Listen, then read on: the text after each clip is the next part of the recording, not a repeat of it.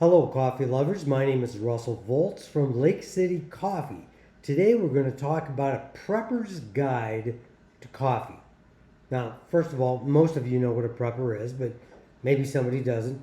Prepper is somebody that's preparing for a disaster of one sort or another, or one level or another. Maybe a small inconvenience, and maybe a major disaster. In which case, people will uh, preserve food, they'll preserve medicine, they'll first aid, etc., etc. Today we're just going to talk about coffee because there are a lot of misunderstandings on how to preserve, brew, grind coffee in an environment where you may not have electricity. If you don't, how can you do that? First of all, what's the importance of coffee? First of all, it keeps you alert. So if you're running, these, you're up late at night, gun in hand, watching, your property, etc. So you're on guard duty. It's nice to have that caffeine, and that's important. Another, probably more important thing to coffee is having that moment. That's the moment where you sit back, you kick your feet up, and you go, "Oh, this is good. This is great." When you're living on MREs for 6 months or 3 months, or just having a very bland diet or not a complete diet with a lot of variety or quality, to have that one moment of something where you can say, man, even when we had electricity, even when we had everything, the coffee wasn't this good. I mean, that's a great day, and that's a great way to start each day. So the quality and the variety of food and drink is extremely important. And I think coffee is essential to that because it gives people a basis to start their day. It's the groundwork that says, this is going to be an okay day. We're going to get through today. Now let's talk about beans for a second. We have both green beans, so that's your raw beans. And as you can tell from right here, the ones on this side, those are raw. So they're just came right out of the field. They've been washed, they've been dried, and packaged and shipped here to the United States. The brown beans here is a medium roast. So even, let's see if we can get any closer than that. There you go. You got an idea with that. And the reason I'm bringing that up is those beans preserve differently. As soon as you roast a bean, it starts going stale and losing its caffeine, its bioflavonoids, its antioxidants, its flavor, as soon as you get done roasting it. So how do you preserve it? If it's a roasted bean, let me show you what I have here. This is how we package our beans. Now this is in an airtight, triple heat sealed, also has a Ziploc top that's airtight, and in the bottom it has an oxygen absorber. Here's a pack of, I think, 100 oxygen absorbers. These I get from Pack Fresh USA. Great company, small company. They do a great job. Customer support was second to none. So I really like these guys. I buy them in packs of several thousand, but I use them for my coffee business. In which case for you, a pack of 100 would probably do you fine. And they come in different sizes.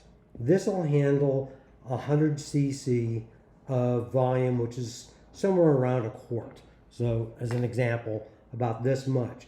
I would put one of these into this much space, and as most of you preppers know, oxygen is the enemy of freshness. So if you can keep the oxygen out of the air, and all this does is turn the oxygen into the air using powdered iron, and it rusts, and the rusting process, which is all food grade, so that rusting process turns the oxygen into nitrogen. Nitrogen, being an inert gas, actually helps your beans to stay fresh longer. So like this, as it comes, the way we ship it, and you get this, I roast and ship the same day. They're still warm when I put them into the box to go to USPS. So you're getting these things within 24 to 72 hours, which is great. But what if you wanted to keep this for 6 months? I throw it in the freezer. And honest to God, I find these things all over I find some in the cupboards that have been there a year and a half. I'll try them, and because of that oxygen absorber, it's in a sealed, airtight envelope. That coffee is 80 to 90% as good as the day I put it in. And that's great. Now that's for roasted beans, right? You throw it in the freezer, same thing. 6 months, a year later, it's going to be 80 to 90% as good as the day it was roasted. Now the green beans, on the other hand, if I did nothing to the green beans, if I just simply had them sitting in their normal burlap bag, they'll last a year easily because all the oils are staying within those beans. And the oils are what you're trying to preserve. So what I recommend doing is taking these, you can either do the roasted if that's the way you want to go, or if you want to preserve the green beans, which you can literally preserve for decades. You put it in a Mylar bag, seal it, throw it in an oxygen absorber. Again, I'm keep plugging packfreshusa.com because they just do a great job, and I use a lot of these. Nonetheless, so a sealed container of some sort with an oxygen absorber, the green beans, it'll last literally, I mean, I'm not exaggerating, at least 10 years. So I would go that route. Me personally, if I was a prepper, I've had people buy 100 pounds, 200 pounds of green beans from us, and we go ahead and do that. You'll find on our website, you can buy them in packages of 25 pounds. So I don't remember what the cost of that is, but 25 pounds of green beans, that's going to last you a real long time. Okay, so those roasting. How do you roast it? I should have grabbed a cast iron skillet and a wooden spoon. It's that simple. You can put it on a cookie sheet in the oven, right? But if you have an open fire and a cast iron skillet, wooden spoon, you just throw your beans in there and you just keep, turning them over and mixing them up until, they're the color you want. If you like a dark roast, when it looks dark, pull it off the fire, or medium roast, or even a white coffee. So the lighter the roast, the more caffeine, the more oils, so also the more bioflavonoids and antioxidants. And frankly, I think flavor. If you like a really dark roast, well, you're getting mostly charcoal. It's really not coffee, but that's my personal opinion. So roasting, cast iron skillet, wooden spoon, you're good to go. Now let's talk about grinding.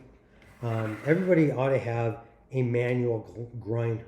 The problem is the vast majority of the coffee equipment in the United States is made in Japan.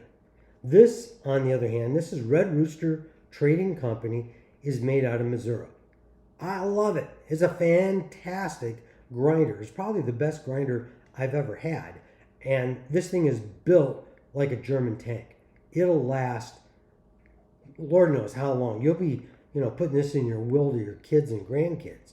So I use a quarter cup of beans for a 12-ounce cup of coffee, a mug, if you will. And you just hand grind it, and it works great.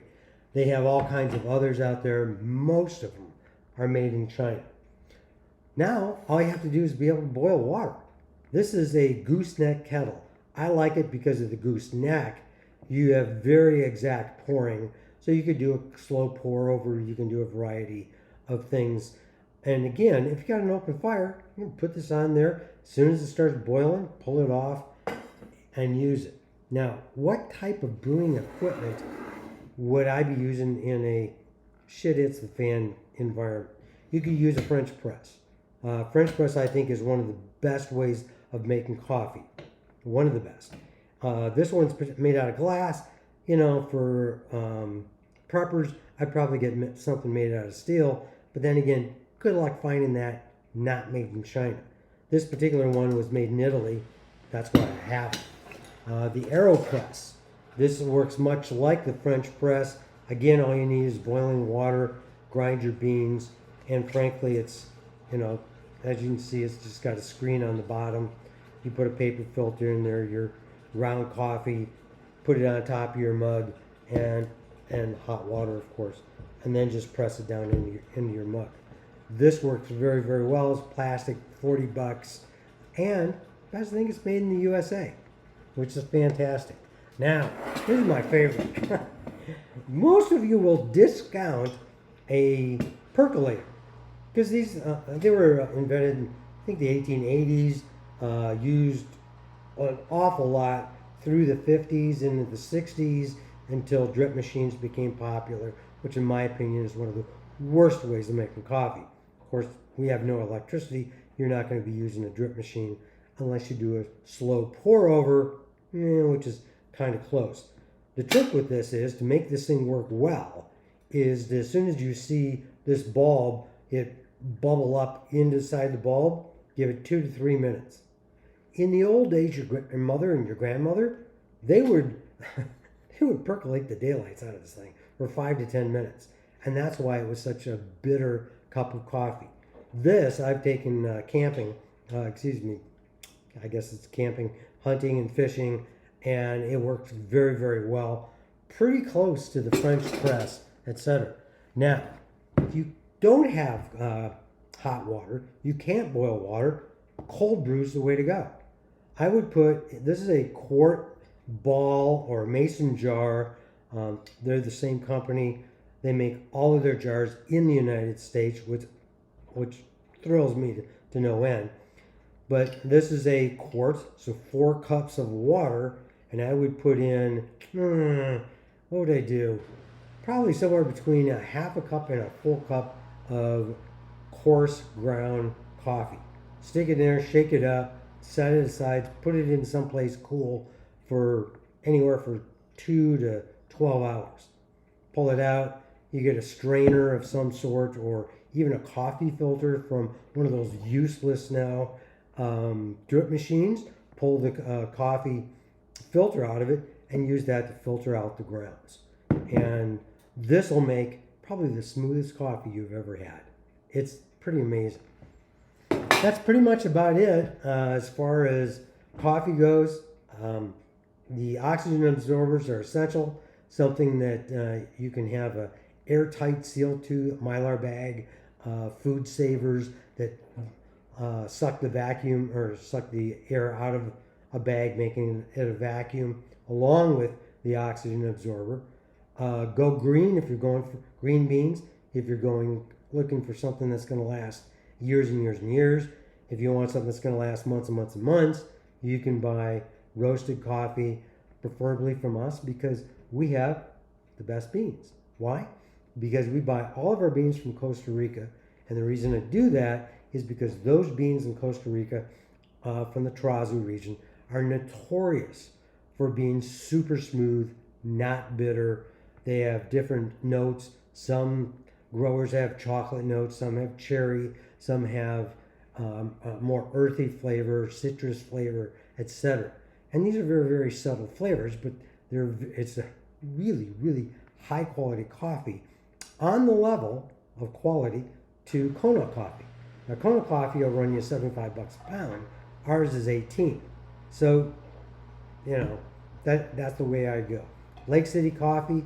If you have any questions, get in touch with me or my wife Alicia, and we would be happy to help you know how to preserve coffee, to keep it lasting forever, and to make a great cup of coffee. You have a good day now.